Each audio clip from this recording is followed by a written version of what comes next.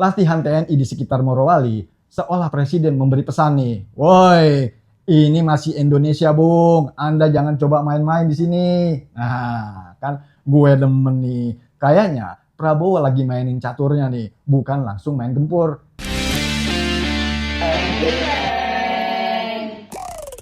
Udah berjalan lebih dari setahun, Prabowo ngejabat sebagai presiden.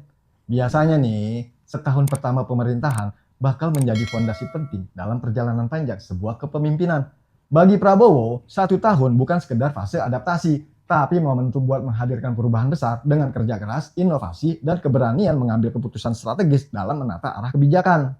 Gaya kepemimpinan dan diplomasinya yang kagak kaleng-kaleng menambah keyakinan publik kalau Indonesia berada di bawah kepemimpinan yang tangguh, mau di forum-forum internasional atau di dalam negeri sekalipun. Baru beberapa bulan aja nih, pemerintahan Prabowo udah berani berantas mafia migas yang selama puluhan tahun kagak ada yang berani sentuh. Boro-boro disentuh, nyolek aja kagak ada yang berani. Segitunya udah ada KPK loh bray, komunitas penikmat kopi. Yang lebih keren lagi, Prabowo berhasil mengamankan 300 triliun APBN yang berpotensi dikorupsi. Ditambah lagi Kejaksaan Agung yang menyelamatkan 13 triliun lebih uang rakyat dari tindak pidana korupsi fasilitas ekspor CPO. Tapi belum lama ini nih, KPK juga kagak mau kalah sama Kejaksaan Agung. KPK secara resmi menyerahkan uang sitaan hasil korupsi senilai 883 miliar ke negara. Walaupun nilai tangkapannya masih kecil banget dari Kejaksaan Agung, tapi kita harus tetap apresiasi lah. Karena langkah ini menjadi bukti komitmen KPK yang perlahan-lahan mulai memperbaiki citra pariwaranya dalam memberantas korupsi dan memastikan aset para koruptor kembali ke kas negara, bukan balik lagi ke KPK, kantong para koruptor. Gebrakan yang dibikin Prabowo udah bikin merinding para koruptor sampai para oligarki yang selama ini lalu lalang di lingkaran setan yang sulit dihadang. Yang merinding ternyata bukan cuma para koruptor, aparat negara juga pada merinding. Apalagi Prabowo udah ngebentuk satuan tugas penertiban aktivitas ilegal di sektor kehutanan dan pertambangan yang katanya selama ini sulit dijangkau aparat. Atau jangan-jangan selama ini ada backingan aparat nih yang terima kompensasi, komisi persenan sana sini.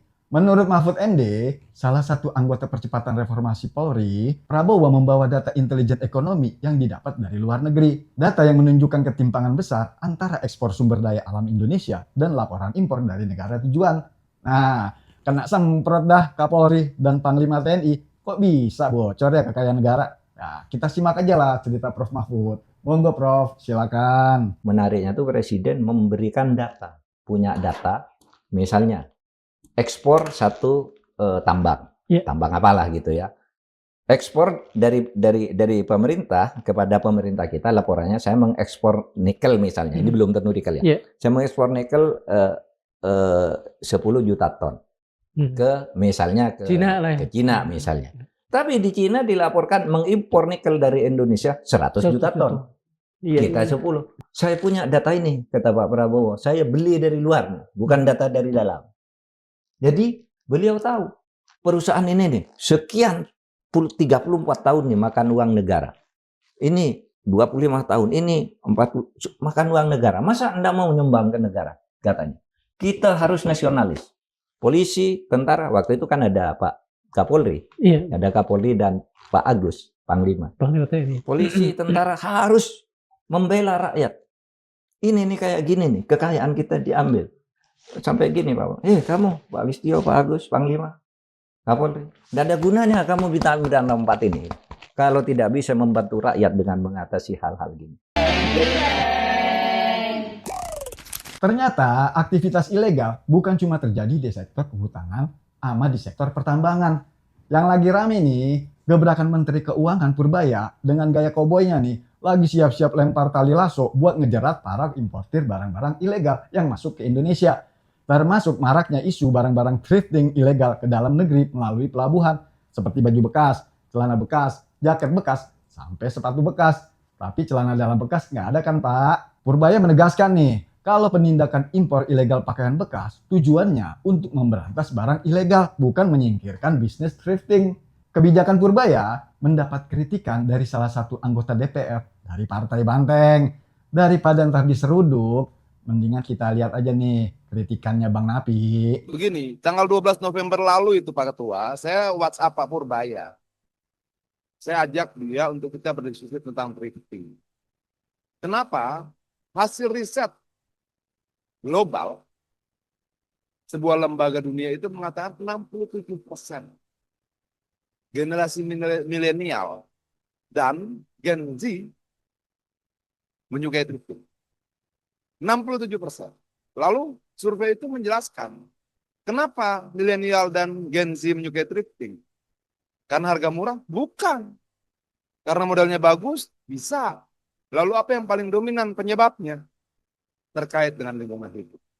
Bang Napi, ini bukan cuma perkara banyak anak-anak milenial atau Gen Z yang suka pakaian bekas, apalagi pakai bawa-bawa lingkungan hidup. Kayak Anda peduli aja sama lingkungan. Kebijakan yang dilakukan Purbaya justru untuk melindungi industri tekstil dalam negeri dari barang-barang impor ilegal. Dan kagak ada kaitannya sama penerimaan pajak. Bang Napi, kalau Anda hobi barang-barang impor bekas alias barang-barang thrifting kayak baju, celana, jaket, sampai kacamata, beli barangnya yang legal dong, jangan yang ilegal. Atau jangan-jangan celana dalam Bang Napi juga bekas nih. Udahlah, kita dengerin aja penjelasan dari Pak Purbaya. Tanggapan saya nggak perlu dengan bisnis thrifting. Yang saya kendalikan adalah barang ilegal yang masuk ke Indonesia. Nggak percuma ya punya menteri gaya koboi 11-12 lah sama saya. Hati-hati Pak Pur, ntar kuda Anda diseruduk sama banteng. Ilegal, ilegal, ilegal. Lagi-lagi ilegal. Ini bukan illegal logging atau illegal thrifting. Ada bandara misterius di Morowali yang udah beroperasi sejak tahun 2019. Dan katanya tidak dalam pengawasan pemerintah Indonesia. Gokil, Bray. Bisa bebas keluar masuk tanpa pengawasan petugas imigrasi, tanpa pemeriksaan petugas bea cukai, sampai kagak kepantau sama petugas daerah. Kayaknya ini yang selalu disinggung sama Prabowo. Salah satu kebocoran yang terjadi di negara ini. Ngeri, Bray. Katanya udah masuk radar Menteri Pertahanan. Sampai Pak Syafri Samsudin tegas mengatakan, pesan kita kepada rakyat bahwa kita terus bekerja untuk kepentingan rakyat dan kita harus tegakkan semua ketentuan tanpa kita melihat latar belakang dari manapun asalnya. Saya kira itu yang ingin saya sampaikan kepada teman-teman sekalian agar supaya ini menjadi satu pemahaman bahwa republik ini tidak boleh ada republik di dalam republik. Tidak boleh ada negara dalam negara. Jelas dong. Masa Indonesia mau jadi rumah kontrakan yang ruang tengahnya disewakan ke negara lain? 19-20 November 2025. Di tanggal inilah Menteri Pertahanan Syafri Syamsuddin melakukan kunjungan lapangan ke kawasan industri strategis PT Indonesia Morowali Industrial Park, IMIP. Namun apa yang ia temukan justru mengguncang publik dan membuka pintu perdebatan besar tentang kedaulatan negara. Dalam inspeksi itu, Menhan menemukan sebuah fakta mencengangkan. Bandara yang beroperasi di dalam kawasan IMIP tidak memiliki perangkat negara.